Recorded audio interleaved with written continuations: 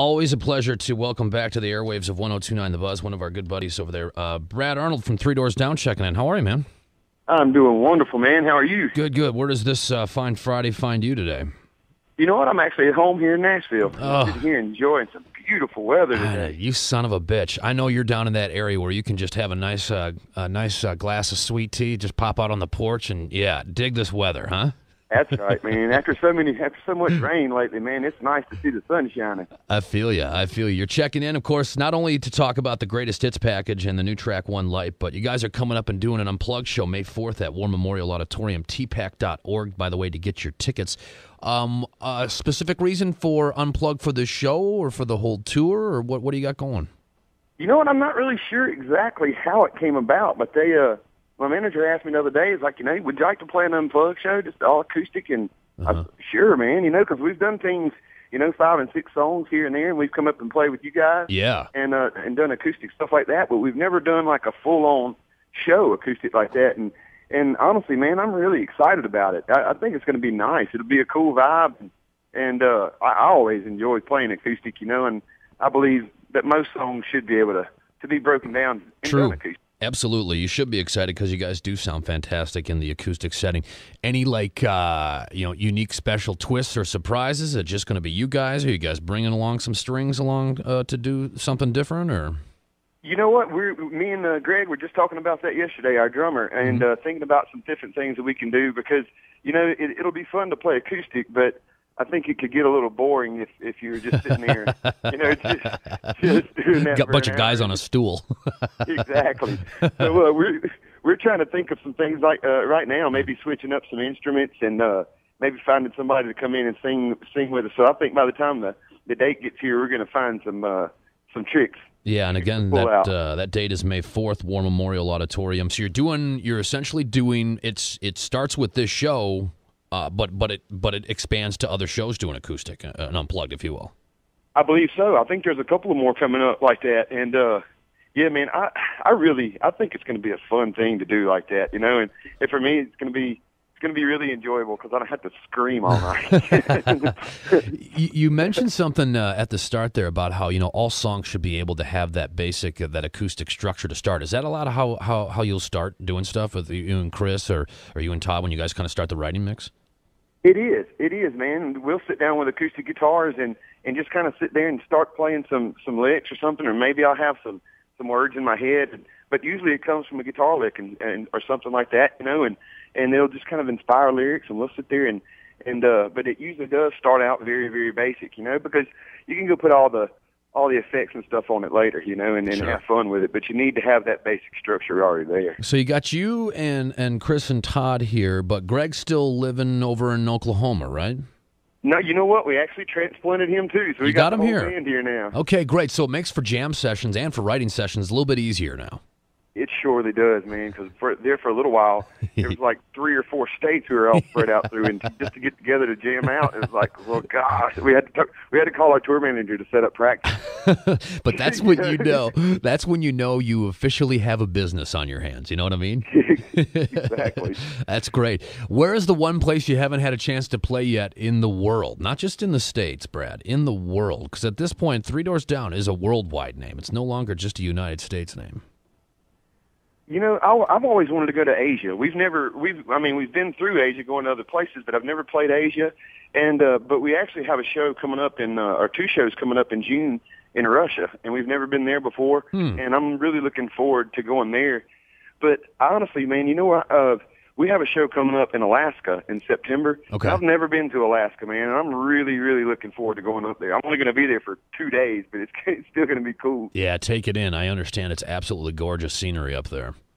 Yeah, man, I'm really looking forward to that one. I know that's in the States, but I'm looking forward to going there more than anywhere else. We're talking with Brad Arnold from Three Doors Down. May 4th is the date at War Memorial Auditorium. tpac.org is where you can get tickets, or at 1029thebuzz.com. It's an unplugged setting. It's the first time really that Three Doors has done it in this type of setting as far as putting on an entire show, as opposed to, like Brad mentioned, doing a little Q&A buzz session or 5 or 6 songs acoustic in that manner. As you sit here and kind of think in 2013, did you think you'd make it to greatest hits mode at this point? You know what? I didn't, man. I tell the crowd all the time, you know, I'm kind of joking around with it, but I really kind of mean it. You know, I never thought we'd have a hit, much less the greatest hit. You know, hit. Yeah, exactly. Yeah, it's been a blessing, man. You know, and we're going to keep on going and doing it some more. But you know, and a lot of times people, when you put out a greatest hits record, they kind of think you kind of getting done. You know, and we're shifting gears and going to do some different stuff. But yeah, man, I never thought we'd ever get to that point. I mean, because you guys are young guys. It's not like you're right. You're not looking on the well, looking back on our career. I mean, you can really kick it into third gear at this point. Yeah, man, we really, that's what we want to do. And the next record that we make, we were all talking about it yesterday. The next record we make, we want it to be heavy. Yeah, I think we just want to make a rock record, man. Just cut the ballads out and go kind of the Metallica mode, faster, harder, heavier. Interesting. And I know that's what Chris has always been about. Yeah, Chris loves to play those kind of licks, and Chris can write some killer metal licks like that, man. He can come up, he'll send me, you know, like on Time of My Life, the last song on that record is Believer. Uh-huh. And I just kind of wrote the lyrics just around a complete guitar lick that he had sent me.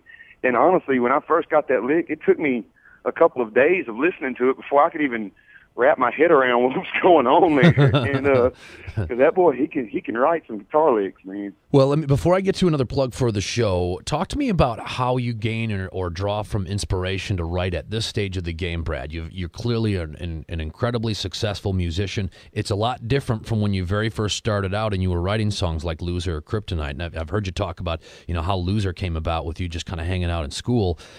You live and lead, I imagine, quite a bit of a different life now with some of that success than you did back then. So how do you draw it up, or how do you kind of find that well to go back to? You know, I just try to look at things around me, you know, and look at different things in my life that bring about different emotions sometimes, and you know, it's different. You're right. It is different than when I was a teenager and kind of going through a lot of those hardships and stuff that teenagers go through. And you know, sometimes it's kind of hard, you know, when you feel like you're living a blessed life and you're pretty happy. Mm-hmm. It's kind of hard to find something to be pissed off about. Right. And, right. So, you know, I look at people around me and I look at, you know, things I read on the internet, different stories from different people and different things that people tell me, and just, you know, I just try to continue to write about life. And sometimes you kind of have to step into somebody else's shoes, you know, and so maybe it's going to be a little more challenging for you now. I mean, to be able to kind of, it's maybe allowing you to broaden your horizons a little bit. Absolutely, man. And you know, lately I've been writing with some of these country guys here in Nashville. Sure. And it's really cool to get just kind of, you know, because I've never really written. I've listened to country and stuff like that my whole life, but I've never really written any country songs. So it's cool to step outside the box and go do something a little different like that too. Have you decided to write a song that you're like looking at it and saying, you know what, this isn't a Three Doors song. I'm gonna give this to you, Kenny Chesney. You know what? I've written a few of those songs here in the last couple of weeks, and yeah, they're, you know, it's not really reaching too far from some of our songs to reach over to where it could be a country song, but still, you know, some of the subject matter, it just wouldn't really fit as a Three Doors Down song. Sure. Well, you know, and props to you for being able to kind of recognize the difference between the two and say, hey, here's my brand and this is my band. These are unique song lyrics. This is the way I'm feeling. Somebody else might sound great singing this song for them, but maybe not for Three Doors Down. That's maturity, my friend. You know, it's fun to go do it, and yeah, you know, and they kind of do kind of stand out, and some of them kind of walk a fine line to maybe go either way. But you know, I remember when I first started, before we were ever signed or anything like that, when I just first started writing songs, I would write different kinds of songs, and you know, I guess so many young songwriters, and I'm sure a lot of people listening can identify with this being songwriters. But you know, you write that song, and you're like, man, if I could just get this person to hear this song, yeah. Man, they would just sound so cool singing it, you know. And so I've grown up with those dreams like that, man, and it's cool stuff to think about. Buddy, always a pleasure to talk to you. Brad Arnold from Three Doors Down, May 4th, War Memorial Auditorium, tpac.org or 1029thebuzz.com to get your tickets. This is going to be Three Doors Down Unplugged. It's going to be a special night.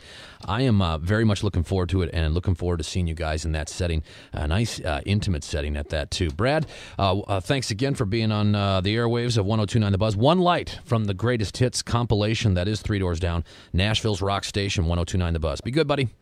Thank you, brother.